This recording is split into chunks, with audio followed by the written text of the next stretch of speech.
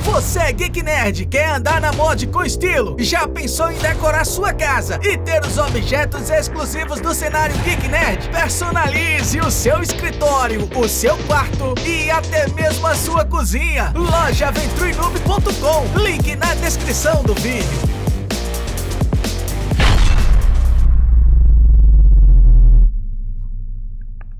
E aí, galerinha, beleza? Então, pela terceira vez a gente está tentando gravar. O áudio aqui já bugou 3 vezes, a gente trocou de aplicativo, agora eu troquei o headset de porta USB para ver, a gente está tentando adivinhar o que pode estar acontecendo. Marcos, e pela terceira vez eu vou lhe perguntar, o bom é que ninguém de casa viu, então tá valendo. É verdade. Quem é Marcos Felipe na fila do pão? Bom, eu sou o Marcos. Sou apaixonado por quadrinhos, eu sou colecionador de revistas em quadrinhos há 30 anos, desde os meus 8 anos de idade, e essa paixão por quadrinhos, normalmente quem gosta de quadrinhos gosta de falar sobre quadrinhos, então essa paixão fez a gente criar primeiro um podcast, o Sete Jagunços, e logo em seguida um site para abrigar esse podcast, que é o Arte Final. E lá a gente, além do Sete Jagunços, que foi o primeiro podcast, a gente tem outros podcasts lá no nosso feed. No site tem matérias, tem reviews, tem entrevistas. Então, eu sou basicamente um apaixonado por quadrinhos, que gosta de falar sobre quadrinhos e de tudo relacionado a quadrinhos, que transcendeu o colecionismo e me transformei num criador de conteúdo. Marcos, é bom que você já entregou a idade, né? Começou a colecionar com 8, tem 30 anos, já entregou a idade. Mas eu já vi o site de vocês, já acompanhei, a gente já tem conhecimento de como funciona, mas, cara, eu percebi, até comentei com você, que, tipo assim, é um site que não tá focado em, tipo assim, vamos falar qualquer coisa só para dar ibope, que realmente vocês tenham cuidado de trazer um conteúdo com qualidade, bem escrito, bem analisado. Então, eu sei que isso deve dar um trabalho grande, cara, para fazer. E hoje, e como você disse, não é uma coisa que começou ontem.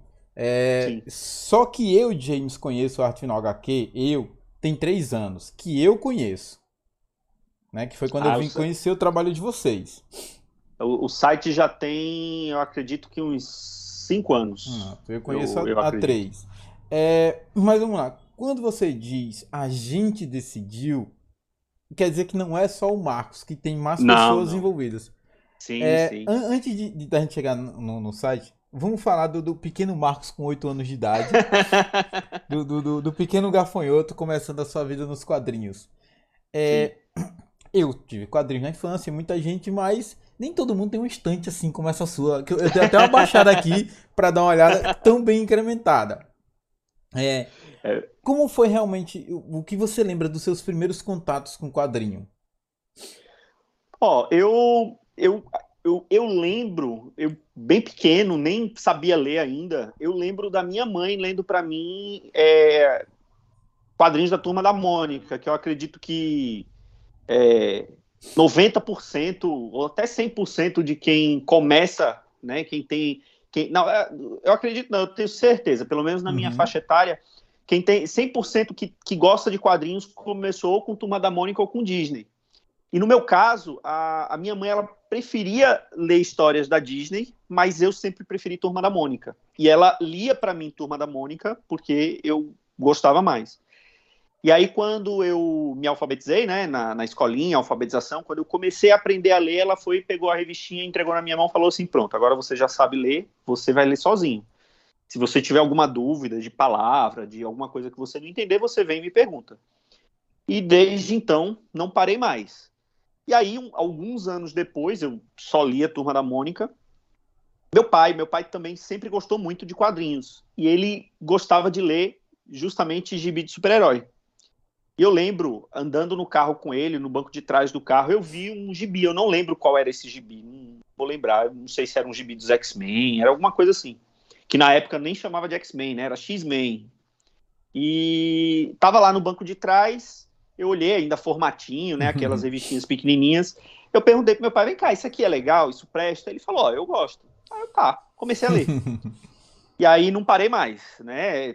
Tive nesses 30 anos de leitura, de colecionismo, teve aqueles períodos que você está acompanhando mais de perto, outros que você está um pouco mais afastado, mas aí eu acredito que desde 2002, que foi quando a Panini assumiu os quadrinhos, primeiro da Marvel aqui no Brasil e depois da DC, desde 2002 que eu não parei mais de colecionar, de ler e colecionar. Claro, hoje em dia o mercado de quadrinhos está tão grande que é impossível você conseguir colecionar tudo que sai. Porque além da quantidade de títulos que sai é muito grande, os preços também não ajudam, né? Hoje um gibi de super-herói mais barato que você vê em banca é R$20. Mais barato. Mais barato. Não, realmente... e aí tem gibis de todo preço. Tem gibi que preço de capa é R$500. Então você não tem como acompanhar tudo que sai. Mas a gente tenta, né? A gente tem os meios para acompanhar pelo menos as notícias, saber o que está acontecendo, né? E tentar baixar um pouquinho a pilha de leitura. Bem lembrado. Cara, vou te dizer, o primeiro quadrinho que eu tenho lembrança que eu li, isso era do meu padrasto e era aquela série de Bang Bang Tex. Sim, Tex. O Tex foi o primeiro que eu tenho lembrança de ter tido contato. É o Tex, que ele colecionava. A gente brinca lá nos nossos podcasts que o Tex é assim, foi o Gutenberg criou a imprensa, ele imprimiu uma bíblia e a segunda coisa que ele imprimiu foi um gibi do Tex. Porque é coisas que tá em banca, e nunca saiu de banca aqui no Brasil. É coisa que há muito tempo é publicado. Não, ele tem muitos do Tex, ele faz a coleção e foi o primeiro contato que eu lembro que eu tive. Depois do Tex, aí veio o Zé Carioca, a Turma da Mônica, e daí danou-se. É verdade. Indo mais pra frente, tá, beleza. Ler quadrinho na infância foi comum pra gente, muita gente leu, era a diversão que a gente tinha. Nem todo mundo tinha um Super Nintendo na nossa época. Quem era mais rico tinha um Super Nintendo, quem era mais pobre pegava dinheiro e ia numa locadora de videogame. Ou se não, quadrinho, era o que sobrava. O pai ia na banca de revista pra comprar o jornal, a gente peiticava e ele trazia um quadrinho junto. Era baratinho, né? Pois era, hoje em dia é uma facada. Vamos lá, mas daí realmente montaram uma coleção, e a gente sabe que colecionar quadrinhos é algo complexo pelo seguinte: se eu decido colecionar a Era de Ouro, por exemplo, da DC, tem quadrinhos que eu vou encontrar por pequenas fortunas. Sim. E aí não adianta ter uma coleção incompleta, a gente sempre quer a coleção completa. E como você faz para ter a coleção completa? Então, no caso dos quadrinhos de super-herói, é quase que impossível você ter uma coleção completa. Por exemplo, o personagem que eu mais gosto é o Batman. Eu não tenho a pretensão de ter a coleção completa do Batman. Isso é praticamente impossível. Primeiro porque é um personagem que foi criado em 39. Então, chegou aqui no Brasil, acredito que nos anos 40. Não tem, é impossível você ter tudo que saiu.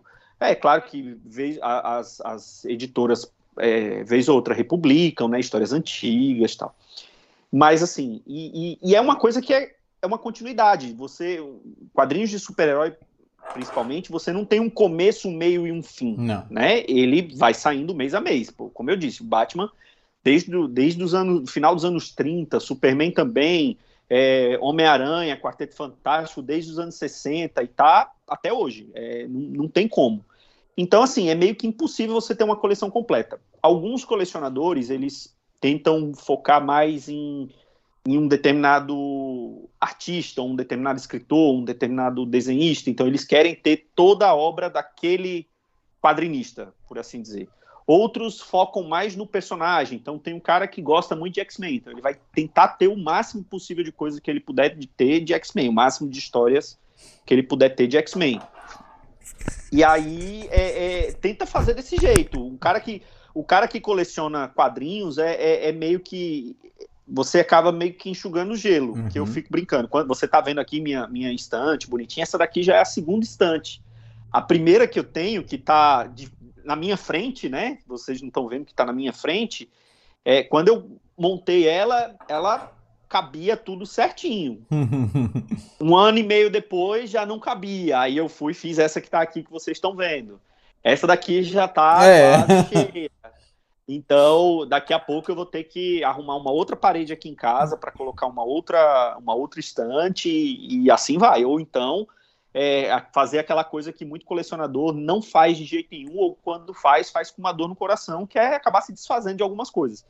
Aqui não tá minha coleção toda, né? Eu concordo com você. Isso deve dar uma dor no coração muito grande. Cara, dá. Eu juro a você, eu tenho coisas aqui que eu olho pros 4 cantos, eu não tenho coragem de dar fim não, velho. Eu fico procurando onde guardar. Pois é. É bem isso, você acaba... assim, eu sei que é uma coisa complicada de dizer, mas um colecionador, ele não é só um colecionador, ele gosta de se chamar colecionador, mas muitas vezes ele é um acumulador. Uhum. Então, assim, ele vai pegando e vai. Eu ainda não li tudo que eu tenho na minha coleção, né? Eu ainda tenho uma pilha considerável de gibis que eu ainda não li, por tempo, enfim, várias outras coisas para fazer também, mas eu tenho uma pilha grande e dessa minha coleção dificilmente tem alguma coisa que eu vá simplesmente pegar para reler. Se eu não comprar uma edição nova, por exemplo, ou alguma coisa assim, eu dificilmente tenho alguma coisa que eu vou pegar para reler, a não ser que seja para criar conteúdo, para gravar um podcast, para fazer uma matéria, ou para poder pegar para um evento que vai ter um artista que eu quero pegar um autógrafo. Mas, tirar aquela dúvida. Exato, mas assim, até para tirar dúvida... É melhor o Google. Às vezes é mais prático você pesquisar na internet, ir atrás dos quadrinhos digitais, que você consegue, sejam eles lícitos ou não, você consegue muito fácil. Então, às vezes é muito mais fácil você fazer isso do que você pegar o gibi ali na prateleira, pegar para ler, reler aquilo ali, porque eu fico pensando assim, eu tenho uma pilha considerável de coisas que eu ainda não li. Então, se eu pegar alguma coisa para reler, eu vou deixar de ler alguma coisa nova. Então, acaba virando um círculo vicioso. E aí sai uma coisa nova na banca, eu pego antes de terminar de ler o que eu já tenho. Então, aí acaba acumulando, porque, enfim. Eu decidi, Marcos, começar a minha coleção. Certo. Mas eu pensei, o que você disse, é impossível ter uma coleção de um super-herói tipo Batman. Eu quero ter todos os gibis. Não vai, 30, não tem. Não consegue. Então eu pensei... O que você consegue é ter, assim, fases, né? Você quer Você quer, por exemplo, agora recentemente terminou no Brasil há relativamente pouco tempo a fase de um escritor chamado Tom King, que foi bem polêmico, assim. Tem gente que adora, tem gente que odeia o que ele fez com o Batman. Ele ficou muito famoso porque ele é um escritor que ele já foi agente da CIA, então estava todo mundo muito curioso para saber o que ele ia fazer com o Batman. Então, assim, a coleção dos gibis do Batman escritas por ele, você consegue comprar. Você consegue ter ela toda. Você vai ter uma ideia boa, você vai ter meio que um começo, um meio e um fim daquela história que ele queria contar. Mas você não consegue ter todas as histórias do Batman. Isso é impossível. Aí foi onde eu pensei. Eu disse, olha, eu gosto muito do jogo Warcraft. E eu gosto muito do jogo LoL. E o Warcraft tem livros e quadrinhos e tal. Aí eu disse, sai mais em conta pra mim fazer a coleção do jogo que eu jogo, de quadrinhos dele, que eu consigo acompanhar, do que realmente eu querer começar uma coleção de uma coisa que vai ser impossível ter. E eu vou viver frustrado. Eu sei que eu vou ficar frustrado por não ter a coleção completa. Se você não se preparar para isso, preparar muito entre aspas, você pode se frustrar, porque dificilmente você tem uma coleção. É claro, quadrinhos, eu tô excluindo mangá disso, tá? Mangá é muito mais fácil você ter uma coleção completa. Mangá, ele é finito. Isso sem contar One Piece, né? One Piece é uma carta fora do baralho, mas mangá é uma coisa finita. Tem começo, meio e fim. Então você consegue ter a coleção completa do mangá. Quadrinhos de super-heróis, salvo raríssimas exceções, é muito difícil você ter uma coleção completa, principalmente desses personagens enormes, né? Como Batman, Superman, Mulher Maravilha, X-Men, Homem-Aranha. É impossível você ter a coleção completa. É claro que você consegue ter coleções de determinadas fases, de determinados arcos, de sagas específicas. Isso é fácil você conseguir. Agora, de um personagem, principalmente desses personagens maiores, não existe porque simplesmente não tem fim. Ele tem um começo, mas não tem fim. Tem essa dificuldade. Então, a gente pega o Marcos, que tem essa paixão por colecionar, e de repente vem um projeto de montar um podcast. Como surgiu essa ideia de olha, eu quero pegar todo o conhecimento que eu tenho das leituras que eu fiz? Porque uma coisa que eu percebi, Marcos, o colecionador de quadrinho, ele é diferente do leitor por N motivos, mas um que eu notei, o principal o cara que lê, ele leu e beleza, valeu, é legal, tchau, foda-se. O cara que coleciona, ele procura pessoas que queiram, como ele, entender daquele universo para debater teorias, histórias. E daí é que surge o podcast. Quando você junta a galera e vamos falar aqui sobre esse universo, por exemplo, o universo estendido do Homem-Aranha com o multiverso. E cria-se um debate que dura horas. Sim. Porque eu me juntei com um colega pra gente falar do multiverso, do cinema mesmo, que são poucos filmes. E mesmo assim a gente passou acho umas 4 horas conversando e nem tinha saído o primeiro filme. A gente falou mais do que o filme durou. E daí verdade. Como veio a ideia do podcast? Bom, a ideia veio, como eu falei, não sou eu sozinho que faço, tem mais 2 amigos aqui de Maceió, um não mora mais aqui, está morando em Manaus, e com outros amigos que a gente começou a trocar ideia pelo Twitter. É claro, com a internet fica muito mais fácil você conversar sobre quadrinhos. Quando eu comecei a colecionar, ou ali na adolescência, eu conheci um ou outro colega na escola que gostava, mas era completamente diferente, não existia essa moda de super-heróis que tem hoje, por causa dos filmes, isso não existia. Só que aí com a internet fica muito mais fácil, né? Você consegue encontrar pessoas que têm os gostos parecidos com você, que se interessam pelos mesmos assuntos. E tinha uma galera ali no Twitter que a gente, sempre que aparecia alguma coisa de quadrinhos, a gente sempre se marcava, né? Marcava um outro e fazia conversas enormes ali pelo Twitter, conversando. E o podcast sempre foi uma mídia que eu particularmente sempre gostei muito. Eu sempre escutei podcast, comecei escutando, eu acredito também que a grande maioria do pessoal que curte podcast, mais ou menos da minha faixa etária, começou escutando ali com o Jovem Nerd, né? E aí vai para o MDM e outros podcasts mais ou menos famosos, tem aqueles podcasts mais hipados, outros menos.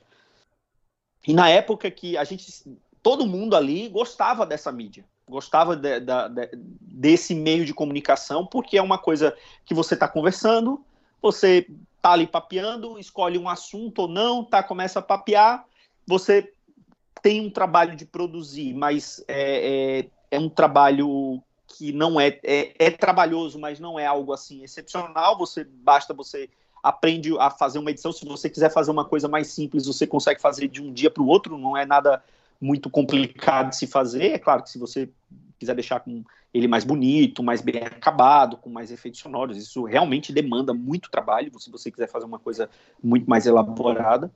Mas assim, a gente estava muito preocupado em fazer algo de qualidade, que eu acho que é o que é mais importante num podcast, é a informação que você está passando e, é claro, a captação do áudio. Você não quer que a pessoa que está te ouvindo não consiga entender o que você está falando porque o teu microfone é ruim, ou porque a internet falhou, ou o que seja.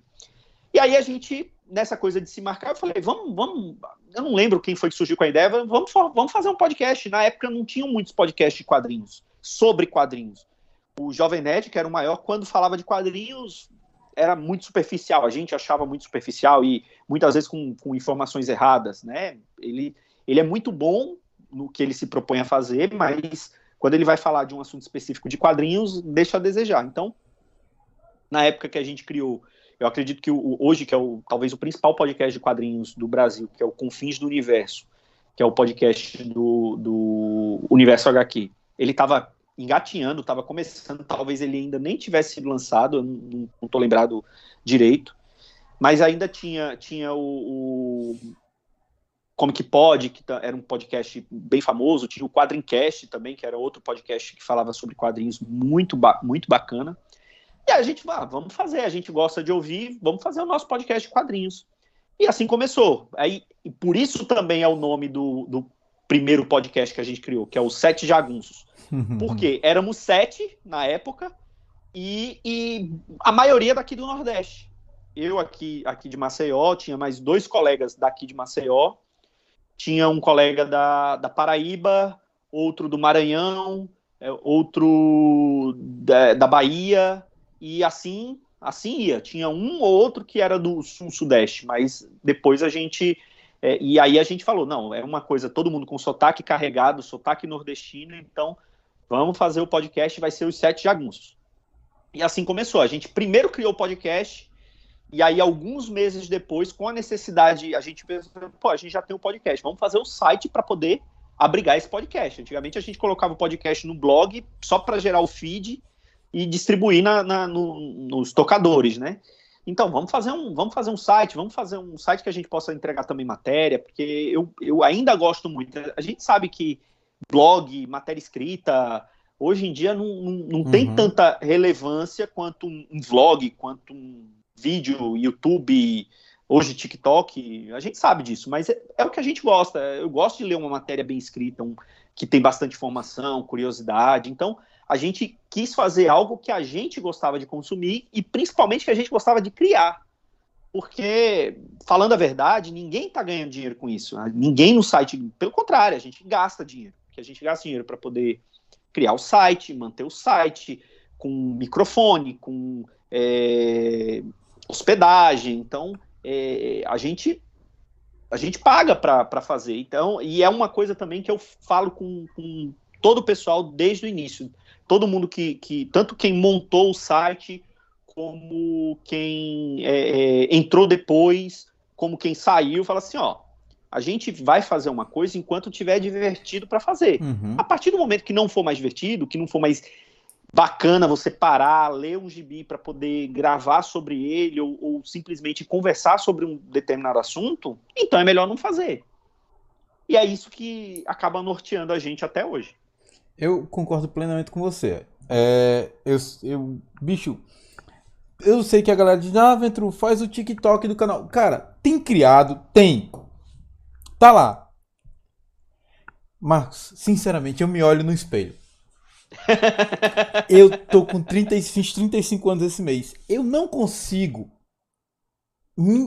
assim, não desmerecendo quem faz, mas tipo assim, eu tô velho pra isso. Pra fazer desenrola, bate e joga de ladinho, eu não vou. Não vou. Mas porra, isso vai ter alcance. Foda-se. Eu quero passar um conteúdo de qualidade. Fazer dancinha não é pra mim. Eu deixo pra galera adolescente, influenciadores adolescentes. É bacana. Eu não vou. Na hora que o TikTok couber um vídeo com a qualidade que eu gosto pra falar de um tema bacana, eu vou. Mas enquanto for pra fazer dancinha, velho, não vai rolar pra mim. Eu não consigo. A gente diz, mas tem que ser humorado. Eu disse, olha, eu venho fazendo trabalho no Ventru Noob há muito tempo, que pra deixar claro que nem todo nordestino é comediante. Sim. Que a galera acha que todo nordestino é o Renato Aragão, é o Tom Cavalcante, que a gente vai fazer humor, que a gente... mas... Tu não é da terra do Whindersson? Não, eu não sou da terra do Whindersson. Eu sou da terra de gente com noção. Ele é da terra de gente sem noção. É diferente. Então, mas a galera tem isso. E a gente mantém... eu gosto disso. Eu gosto de ler matéria escrita. Eu gosto de ver um vídeo com qualidade. A gente diz, bicho, mas tu vai escutar 3 horas de podcast? Vou. A vantagem do podcast, eu baixo, boto o fone, vou pra academia, tô indo no trabalho, tô aqui digitando a matéria do trabalho, tô ouvindo. Então, é muito bom. E fora que, tipo assim... tem essa vantagem de você pegar uma informação como diz minha mãe, bem debulhada. É o que eu gosto do formato podcast. É verdade. É o que eu gosto também. Eu consumo muito mais podcast do que vídeo, porque te dá a possibilidade de fazer outras coisas enquanto tá ouvindo. Seja ir pra academia, lavar a louça, escrever alguma coisa... Dependendo do tipo de trabalho que você faça, trabalhando, você consegue. Tem gente que trabalha escutando música. Eu particularmente no meu trabalho, e nos momentos que posso, eu tô com fone de ouvido escutando podcast. Então, e um vídeo, isso seria impossível de fazer, né? Você não consegue acompanhar. Então, é por isso também que eu, hoje, mesmo sabendo que... É uma coisa até que muita gente cobra lá no site, né? Pra gente fazer mais vídeos. Eu fiz alguns vídeos, a gente tem alguns vídeos no YouTube do Arte Final, e alguns reviews que eu fiz. E só que assim, é como você falou, talvez por não ser a minha mídia preferida, você acaba fazendo mais, você faz para poder colocar, mas porque não fica tão legal, às vezes até a questão da desenvoltura mesmo com o vídeo, né, com a câmera, não só com o áudio. Então é algo que também demanda um certo esforço, você tem que ter uma luz bacana, você tem que ter todo meio que um aparato para poder fazer aquilo, e com podcast não, é tudo muito simples, é tudo muito fácil de fazer. O que dá trabalho, que na verdade não é nenhum trabalho, é a parte mais chata ou mais trabalhosa, muito entre aspas, é justamente a edição do podcast, é você ter que ouvir, aí você faz aquele trabalho que é aquele trabalho mais de braçal mesmo, de você tirar o excesso, cortar uma engasgada aqui, uma coisinha ali, colocar trilha, essas coisas. E olha que nos podcasts da gente são super simples, eles já foram muito mais elaborados, né? A gente tinha um dos fundadores do site com a gente no podcast, o Ig Sá, ele que editava os podcasts na época, e ele fazia um trabalho assim maravilhoso de edição. Ele bolava vírgula sonora, bolava audiodrama para colocar, tal. Aí depois de um tempo ele acabou saindo, montou o podcast dele, Os Escapistas, e ele continua fazendo esse trabalho assim primoroso de edição. Você vê você escuta os podcasts dele, você imagina que foi editado por uma empresa, por um profissional que trabalha só com aquilo, e ele aprendeu a fazer aquilo trabalhando nos podcasts com a gente. E eu, particularmente, não tenho esse talento para fazer, não tenho essa criatividade para fazer esse tipo de coisa. Então eu faço aquela coisa muito básica, eu faço a edição, tento deixar o áudio com a maior qualidade possível, tentar deixar o áudio mais claro possível para que quem estiver ouvindo entenda o que a gente está querendo falar, entenda o que a gente fala e tenha ali uma hora, meia hora, uma hora de diversão e de informação. Realmente, eu nunca investi na área do podcast por isso. Eu sou péssimo pra editar. No vídeo eu até ainda brinco, mas no podcast eu tentei, mas eu disse, não, realmente não adianta tentar colocar isso no Venture Noob agora, porque não vai rolar. Não dá pra mim nesse momento. Quando eu puder ter alguém pra isso, vai, mas agora não. Agora vamos lá. E tem profissionais muito bons nessa área também, mas a gente não faz porque é outro custo que, infelizmente, a gente não tem como cobrir agora. Muita gente pensa, Marcos, que não, mas tu tem um canal, tu ganha dinheiro, né? Eu ganho. Eu ganho tanto dinheiro, que assim, eu tô sentado aqui, galera, numa pilha de dinheiro, numa cadeira não. Cara, não dá, velho. Toda vez que alguém diz, mas tu não é YouTube. Os caras têm uma ideia assim, que você cria um canal, começa a chegar dinheiro em casa, porque vê na TV dizendo que o influenciador. Nem todo mundo enrica com isso. Tem gente que faz como a gente faz por amor, porque gosta. Isso, porque gosta, exatamente. Uma vez me perguntaram quanto eu já tinha ganhado com o YouTube. Eu disse, bicho, até hoje eu nunca nem consegui nem juntar os $100 pra sacar. E esse equipamento todo? Eu disse, não, isso aí é o trabalho da prefeitura, é os patrocínios que eu fico me humilhando pedindo e o dinheirinho da minha loja. Oxe, tu gasta teu dinheiro com isso? Porque eu gosto do que tô fazendo. Sim. Então quando você gosta, você acaba gastando. É como você coleciona quadrinho porque você gosta, você acaba comprando quadrinho. Então claro. Eu gasto no prazer que a gente tem. Verdade. Falando disso, nesse prazer de gastar com as coisas, eu tenho que perguntar, não posso deixar de falar das suas finanças. Então, Marcos, duas coisas eu tenho que perguntar. Qual o quadrinho mais caro que você comprou? Olha, eu comprei alguns, eu tenho alguns gibis importados que saíram um pouquinho mais salgados. São as edições que agora a Panini começou a trazer aqui para o Brasil, que são chamados de ônibus, que assim, o custo-benefício, se você for colocar, se você fosse comprar todas, elas são edições bem robustas, assim, de às vezes mais de 1000 páginas, tem um formato um pouco maior, capa dura e tal. Agora, assim, se você for colocar na ponta do lápis o custo que você teria comprando aquelas edições separadamente, em encadernados desses normais que saem na banca, eles acabam saindo mais baratos do que as edições, você comprando separadamente. Só que, de qualquer forma, é uma grana que você tem que gastar assim de uma vez. Eu acho que esse é o mais caro, assim, não é o meu querido do coração, que é o ônibus da Liga da Justiça Internacional. Tem, eu acho que metade de toda a passagem, que algum tempo depois a Panini acabou publicando aqui no Brasil, já publicou ela completa. E aí deve ter, eu não lembro, que já tem alguns anos que eu comprei, mas eu acho que a coisa de uns, talvez 4 ou 5 anos, ele deve ter custado, há 4 ou 5 anos, deve ter custado uns 350, 400 reais. Ah, isso não é tão caro, não. Assim, é porque hoje em dia isso é uma coisa bem mais comum.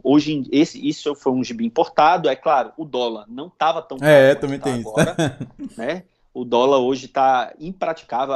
Eu acho que essa mesma edição hoje, se você for olhar na Amazon, ela não sai por menos de 600, 700 reais. Essa mesma edição que eu comprei a, sei lá, 200, 300 reais.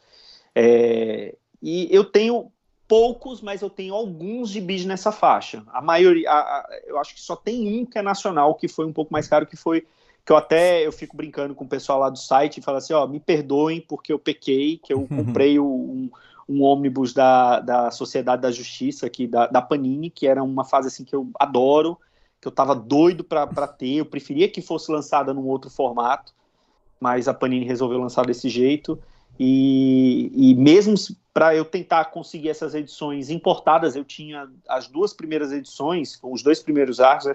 Esse ônibus da Liga da Sociedade da Justiça, ele tem mais ou menos 1.300 páginas.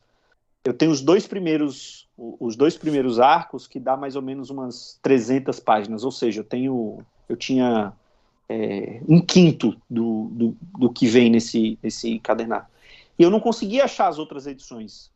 E quando eu achava, estava muito caro, porque é importado, o dólar lá em cima, eu não achava cada edição dessa por menos de 150 reais. Então eu falei assim, não, vou fazer um esforço, cada comprei, edição... dividi... porque é importado, né? O preço, apesar de você conseguir, às vezes, algumas promoções na Amazon de importados, como o dólar está muito caro, essas edições, se você for olhar lá nos Estados Unidos, elas nem são caras, é coisa de $20, $30. Não é caro, o problema é quando converte. Quando converte para o real, você antigamente eu tenho aqui importados que eu comprei quando o dólar estava R$2, R$3, e aí valia a pena comprar, saía mais barato até do que as edições aqui do Brasil e às vezes de muitas coisas que a gente tinha certeza que nunca ia sair aqui, daquele formato, né, encadernado, bonitinho. Então, mas aí eu comprei, aí compra dividido, e aí quando você fala assim, eu comprei dividido em 10 vezes, mas aí em 10 vezes é um encadernadozinho desse de banca por mês, então não pesa tanto, enfim. Eu acho que, assim, eu tenho uns 3 ou 4 gibis mais ou menos nessa faixa de preço, mas assim, tem coisas assim muito mais caras. Tem uma coleção importada que tá me faltando um único gibi para completar essa coleção, que é justamente do Batman, da Queda do Morcego. Não sei se você chegou a ver naquela época que o Batman ficou paraplégico, do Bane e tal. Saiu aqui no Brasil em formatinho. A DC, quando lançou uma coleção comemorativa dos 25 anos da Queda do Morcego, que tem completa, assim, tem desde antes da queda até a queda, o pós, até o primeiro arco depois que o Bruce Wayne volta a ser Batman. São 9 encadernados. Tá me faltando um, que eu fui comprando aos poucos, né? Via uma promoção, comprava, tal, dava uma baixada, às vezes aparecia alguma coisa de compre 4, pague 3 na Amazon, e eu ia colocando lá. E aí tá me faltando uma única para completar essa coleção. Eu não acho, como ele meio que esgotou, só vende por parceiros da Amazon, né? Eu já vi ele por quase R$1.300. Ai! E é uma edição que, se fosse no preço normal, ela sairia, mesmo com dólar caro, ela sairia por, no máximo, R$150. R$1.000. Eu não vou comprar esse gibi, pelo menos não enquanto tiver esse preço, não vou comprar. Vou ficar sem ele por enquanto. Não, mas é uma bela facada, velho. E assim, se você for, hoje em dia, o grande problema, você falando assim, o gibi mais caro, mas assim, é a beleza da coisa e o problema ao mesmo tempo. Como tem uma variedade enorme de quadrinhos saindo todo mês, seja quadrinhos de super-herói, mangá, outros gêneros, a gente tem uma infinidade de editoras que trabalham com quadrinhos hoje. Então, assim, se eu fosse tentar comprar tudo que sai no mês, isso contando revista de banco... Não ia ter dinheiro, não. Não tem. Eu vou contar assim, só Panini, tá? Que é a principal editora que publica Marvel e DC. E não vou contar mangá, mas talvez se eu fosse comprar tudo que saía no mês, contando as revistas de banca, encadernados, esses livros mais luxuosos e esses ônibus que estão saindo, eu vou te dizer que por baixo eu gastaria, em média, por mês, eu não gastaria menos que R$1.500, R$2.000. É uma bela quantia, viu? É o dinheiro que o cara não vai gastar. Não vai. Assim, tem quem gaste. Não tem quem gaste, mas quem ganha muito bem. Mas tá fora da realidade das pessoas normais. Não, tá completamente fora da realidade. Completamente fora. E assim, aí é uma coisa até que a gente tenta fazer, e muitas pessoas que conversam com a gente assim no Twitter falam que muitas vezes antigamente você conseguia ver um gibi na banca sem conhecer, você pegava ele e lia porque você gostou da capa, você conseguia comprar esse gibi porque você gostou da capa. Hoje, se você não tiver dinheiro sobrando, que é 1% da população brasileira tem dinheiro sobrando, não, talvez nem isso, não tem essa possibilidade. Então, muitas vezes, a pessoa que coleciona, ela já vai numa coisa certa. Ela já vai na coisa ali que sabe que aquilo tem qualidade. Isso. Agora, trazendo um pouco para o Brasil. Nós temos vários quadrinistas, mas o mais destacado, querendo ou não, é o Maurício de Souza, que realmente montou o Império Turma da Mônica. E a gente tem... quando a gente vai para os Estados Unidos, ali tipo assim, é outra realidade. Lá você tem um monte, aqui a gente tem um grande. Lá tem vários, lá disputam empresas. Aqui não. Eu queria que você me dissesse, na sua opinião, por que o quadrinho brasileiro, mesmo ele existindo já há algum tempo, ele não consegue emplacar tão bem nem no próprio Brasil e nem no exterior? Estranhamente, a gente tem muitos artistas brasileiros trabalhando nas grandes empresas do exterior. Sim. Mas os quadrinhos... Eu vou contar um caso, porque foi falado aqui até na entrevista. A Gisela Pisato, eu tenho aqui o quadrinho, foi... Cadê? Esse aqui. A Dama da... Aqui. A Dama da Água. A galera de casa tá vendo. Ela tentou lançar esse quadrinho no Brasil. Não conseguiu. Ela passou no edital na Austrália, se eu não me engano, com esse quadrinho, e a história foi aprovada e teve o financiamento. É isso que às vezes eu não consigo entender. Por que no Brasil é tão difícil o quadrinista crescer? Cara, aí eu não sei história, se é cultural também, porque assim, muitas vezes, apesar, a gente tem esse grande exemplo do Maurício de Souza, né, que ele, como você falou, é um império. A Turma da Mônica, ela tem tiragens maiores do que revistas de Liga da Justiça, às vezes, de X-Men nos Estados Unidos. Então, é um fenômeno, não tem comparação, e é uma coisa também que está difundida no mundo todo, né, mas é só o Maurício, nesse sentido.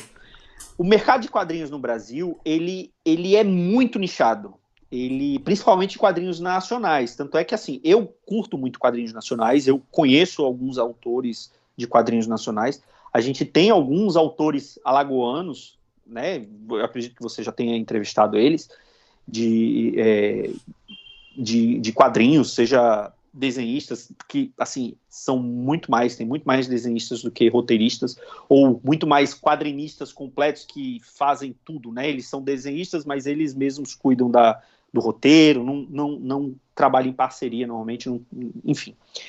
Mas muitas vezes eu vejo que existe não é uma canibalização, mas é meio que o mercado trabalha para o próprio mercado. É muito difícil furar a bolha dos quadrinhos. Por exemplo, agora, isso vem mudando aos poucos, né? Tem alguns canais, hoje em dia, antigamente você dependia ou de uma editora publicar, ou de editais, como você falou. Hoje, a gente tem plataformas de financiamento coletivo, como o Catarse, principalmente. E isso facilitou muito em relação aos quadrinhos independentes. Então, hoje em dia, um autor ele consegue montar um projeto e publicar para tentar que ele seja financiado pelo Catarse. É claro, vai ter, do mesmo jeito que você vai ter gente séria e gente picareta em qualquer mercado, em qualquer nicho, você vai ter também nos quadrinhos. Tem gente que lança projeto e não entrega, tem gente que lança o projeto e some, tem gente que atrasa, mas entrega, tem gente que faz a coisa certinha, enfim. E com o advento do Catarse, os quadrinistas eles estão conseguindo publicar mais. Porém, normalmente eles colocam a possibilidade de você ter o seu nome. Uma das recompensas é você ter seu nome publicado, né, como um dos apoiadores daquela obra. E quando você vai ler a lista de apoiadores, você consegue, sei lá, 70%, 80% dos nomes. Se você pegar mais 3 ou 4 gibis nacionais publicados no Catarse, você vai ver os mesmos nomes. Os mesmos nomes, E muitos daqueles são pessoas que são quadrinistas também. Então já teve muito dessa discussão que é um mercado que se retroalimenta, que você não está publicando para o público de quadrinhos, você está publicando para outros quadrinistas. Ao mesmo tempo, quando você vai num evento de nível mundial, como é a CCXP, ou como é o FIC em Belo Horizonte, a CCXP é muito mais notória, porque não é só quadrinhos, né? É um evento de cultura pop. O FIC já é um evento de quadrinhos. Você vai lá no Arts Alley, no Beco dos Artistas, você vê aquilo dali lotado de 80% de quadrinistas independentes ou de quadrinistas nacionais, muitos deles, uma minoria que publica fora, e você vai ver muitos ali lotados, com trabalhos maravilhosos, estão ali tentando vender o quadrinho deles, enfim. E então, é aquela coisa, é um nicho. Eu não sei te dizer por que muitos desse nicho não conseguem explodir para poder publicar fora do Brasil. Eu não sei se precisa de uma certa estrutura que não tem. Então, o único que talvez tenha essa estrutura hoje aqui no Brasil é o Maurício. Então, os quadrinhos deles, mesmo essas graphics MSP que utilizam os personagens do Maurício, mas são obras autorais, essas conseguem ser publicadas lá fora, dependendo do título. Eu sei que o gibi do Astronauta, que é do Danilo Beirute, foi publicado lá fora. Então, dependendo da obra, dependendo do que seja, ele tem um certo apelo para ser publicado fora do Brasil também. Mas eu acho que ele precisa primeiro explodir no Brasil e depois, quem sabe, ir para fora. Eu estou falando do Danilo Beirute. Tu acredita que o primeiro quadrinho que eu ganhei foi dele? Assim, uma coisa assim meio que surreal, né? Porque isso não costuma acontecer, porque ele é um quadrinista independente, né? O primeiro que eu ganhei foi dele. Cadê? E eu ganhei numa... Aqui, tá aqui. Que foi o quadrinho São Jorge. A Panini fez uma promoção e 4 pessoas ganharam um quadrinho com a arte especial feita por ele. Tá aqui, galera, ó. Olha que maravilha. E estranhamente, eu tinha uma época, tinha mal começado o canal. Isso foi em... Acho que foi em 2000 e... Cadê? Se não me falha a memória, foi em 2015, quando eu É por comecei a aí. ideia do canal. Cara, ganhou esse quadrinho. Eu, o Jovem Nerd, o Ei Nerd e o Eduardo, acho que é Eduardo Cunha, que tem um canal também. Pronto, só foi nós 4 que ganhamos. Até hoje eu não acredito que eu ganhei. E eu tive que esperar um mês pra receber, porque ele tava viajando. Aí tinha a possibilidade de vir sem o autógrafo e vir o quadrinho, ou esperar pra vir com o autógrafo. Eu preferi Aí esperar. tem, claro, tem que vir com autógrafo. E pra mim foi fantástico, porque foi o primeiro de todos aqui da coleção. Aí daí eu disse, não, agora eu realmente vou juntar, vou virar acumulador. Trazendo pra Alagoas, já que é a nossa terra. A gente tem aqui vários quadrinistas, a gente tem o Catraca, Ramiro, Jean Lins, Theo Sim, Pinheiro, Nicolau Neto. Tem uma galera foda aqui em Alagoas, que sim, também cai na mesma situação de não explodir. sim. Você pega, tem qualidade, tem uma história bacana e não explode. Uhum. E eu vejo, eu fico assim, sem entender o porquê, nem em Alagoas, olha, eu não vou dizer o nome da banca, mas eu fui numa banca lá no centro e lá tinha o quadrinho do Ramiro, o do Punho de Sim. Aço. Ele tava tão escondido que quando eu achei eu fiquei admirado. Tipo assim, tava os quadrinhos aqui, tava a revista Marie Claire não sei o que, não sei o que, e o quadrinho do Ramiro tava lá no canto por trás de uma outra revista que tipo assim, não tava nem nos quadrinhos. Sim, E quando eu perguntei ao Ramiro, ele disse que ele não, ele deixa em consignação. isso. Vê, o cara deixa em consignação, o dono da banca não tá gastando porra nenhuma pra ter o quadrinho do cara lá e ainda esconde. É verdade. Bicho, eu fico puto com isso. Por isso tem a série Alagoanidade. É Aí, verdade. pode. Não, o que você falando desse pessoal o Catraca já publicou, né? Ele desenha para fora, né? Ele tem alguns Uhum. quadrinhos publicados fora do Brasil.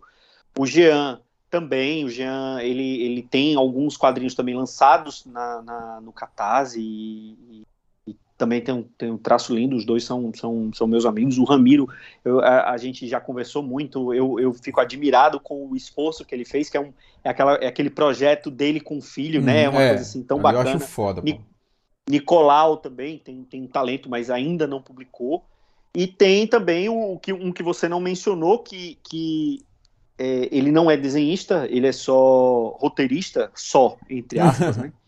Mas que também já publicou várias vezes, e hoje o quadrinho dele é publicado por uma editora, e já foi anunciado que vai ter série do quadrinho dele, é o Pablo Casado, né? Sim, tem o Autor do É Maiara e porque assim, Annabelle. eu não vou lembrar todo mundo. Ó, tem o Pablo, tem o Theo Pinheiro, tem o Sim. Diogo Macedo.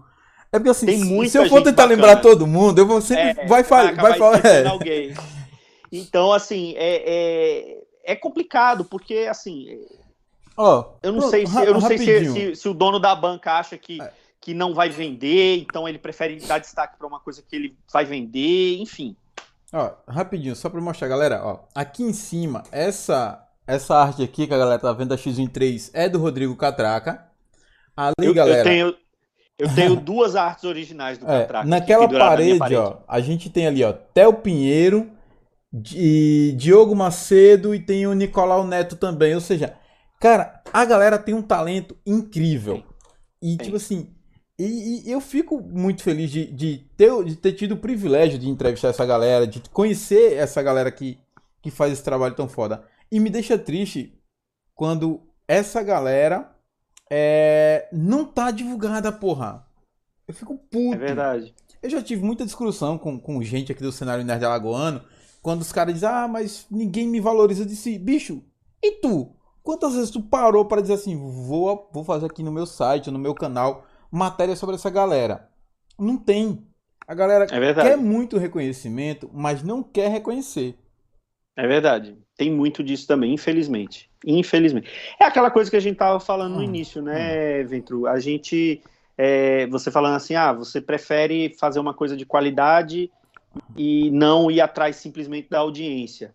Muitas vezes é isso, por não ser um nome conhecido fora de Alagoas ou fora desse nicho daqui, ele prefere fazer uma coisa dos filmes da Marvel, do desenhista que fez sucesso da série nova da Netflix, do que tecer ali um post sobre um profissional, um quadrinista, um artista alagoano que é talentoso e que talvez precise de uma exposição maior, né? Eu mudei o formato do Venture Noob quando eu fiz uma autorreflexão.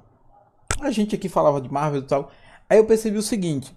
Eu como consumidor, eu iria ver o Venture Noob falando da Marvel ou eu ia ver o Omelete falando da Marvel?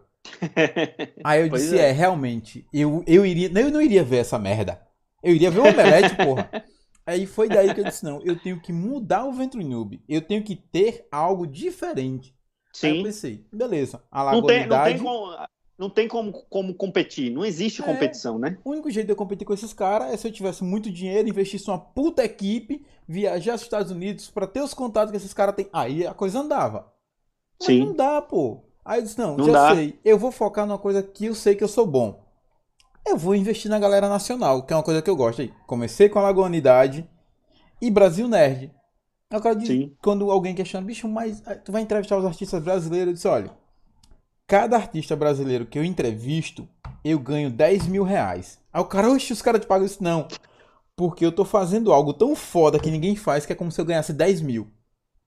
A gente tem hoje 71 entrevistas com 71 artistas brasileiros diferentes. Bicho, pra mim isso é foda, velho. Maravilhoso, com certeza. Tá ligado? Então assim... Com certeza. Aí é nesse ponto que eu sempre pensei, eu não posso fazer o mesmo que todo mundo faz. Eu tenho que ser sempre o diferencial. Marcos, a gente está indo para os nossos minutinhos finais. Maravilha. E eu gostaria que você fizesse um jabá. Faça o jabá aí, venda o Arte Final HQ pra gente. Vamos tentar vender o Arte Final. É o seguinte, se você gosta de quadrinhos, se você se interessa por quadrinhos, se você quer conhecer mais sobre quadrinhos, acessa lá www.artefinalhq.com.br. Lá tem matérias, reviews, podcasts, vídeos, tá tudo lá. A gente tem o nosso carro-chefe no site, são os podcasts. Então, toda segunda-feira é publicado o Pilha de Bis, que é um podcast mais curtinho, que a gente fala sobre quadrinhos, né? E aí fala das leituras da semana, escolhe um tema. Às vezes a gente tá saindo, você gostou de uma série que tá para ser lançada ou que quer saber mais, assim, a gente fala dos quadrinhos que talvez tenham inspirado aquela série e dependendo, fala também um pouquinho da série, mas assim, o foco principal são os quadrinhos. Uma vez por mês tem o Sete Jagunços, que foi esse podcast primordial que a gente chama, né, o primeiro podcast, e a gente, que são os podcasts um pouquinho mais longos, tal, e aí a gente se aprofunda mais de uma determinada saga, uma fase, um tema específico. Temos também o Pilha do Aranha, que é o mais novinho, o podcast mais novinho da gente também, uma vez por mês, é um podcast exclusivo sobre Homem-Aranha, então falamos de algumas notícias, de alguma história específica que está saindo aqui no Brasil, que saiu lá nos Estados Unidos. E temos também o Omniverso, que é o nosso podcast obscuro, né, que a gente fala de coisa assim, de muito livro de sci-fi, fala de quadrinhos muito obscuros, assim, que só quem curte mesmo já ouviu falar. Às vezes eu fico brincando que só a equipe lá do Omniverso que conhece aqueles quadrinhos, né, mas ninguém conhece, mas eles falam com uma paixão, falam com uma vontade que você fica com vontade de conhecer também aquele material. E a gente está também nas redes sociais todas, estamos no YouTube, no Twitter, no Instagram, tudo @artefinalhq, e lá a gente está batendo papo, conversando, e os podcasts estão publicados também em todas as redes, todos os agregadores, né, Google Podcasts, iTunes, Spotify, Deezer, Amazon Music, tá tudo lá. Então, você quer curte alguma coisa de quadrinhos ou não curte, mas quer conhecer mais, quer tentar entender um pouco mais, só procurar a gente lá no site, escutar os nossos podcasts e também bater um papo com a gente pelo Twitter, pelo Instagram, que todo mundo é fã, todo mundo gosta. A gente, como eu falei no começo, a gente tá nisso porque a gente gosta de falar sobre isso. Então, quanto mais vocês vierem conversar com a gente, mais a gente vai ficar feliz de continuar batendo papo sobre isso. E é isso. Marcos, meu querido, muito obrigado por sua participação, por ter aceitado o nosso convite. Galera, lembrando, todos os links vão estar aqui na descrição deste vídeo, então você pode conhecer todo o trabalho da galera do Arte no HQ clicando aqui no link. Tem todos os links bem detalhados. Instagram vai estar tudo separadinho, é só clicar e ir lá perturbar a galera. Marcos, James, para finalizar, eu quero agradecer muito o convite. É uma honra para mim, né? Você fala, pô, entrevistando um monte de artista. Quando você veio me falar para gravar com você a Lagoanidade, eu falei, pô, mas ele entrevista artista. Eu tô longe de ser isso. Tenho um sitezinho ali pequeno, falo de quadrinhos e tal. Então, assim, uma honra para mim, uma honra enorme, e quero agradecer muito a oportunidade de falar para o teu público e a gente bater esse papo, mais uma vez, falando de uma coisa que eu gosto, que é falando de quadrinhos, e eu agradeço demais o convite. Para finalizar, só uma pergunta. Quem seria a parceira perfeita para fazer o casal com Batman? Cara, já virou que virou o normal, né? A parceira do Batman é a mulher gato, né? Então, talvez seja ela mesmo, mas eu acho que o Batman, eu acho que as melhores histórias dele são quando ele tá meio lobo solitário. Então, não sei se talvez o Batman sozinho é o melhor Batman. Então é isso, turminha. Lembrando que vem muito mais Alagoanidade por aí. Galera, toda quinta aqui no canal Aventura Noob você também conhece a série Brasil Nerd, onde a gente traz um artista nacional. E sempre que a gente puder que se encaixar na agenda dos artistas alagoanos, a gente vai estar trazendo muito mais artistas alagoanos para você conhecer. Marcos, um abraço e um beijo a todo mundo do Arte no HQ. Galera, até o próximo Alagoanidade. Tchau, tchau. Tchau.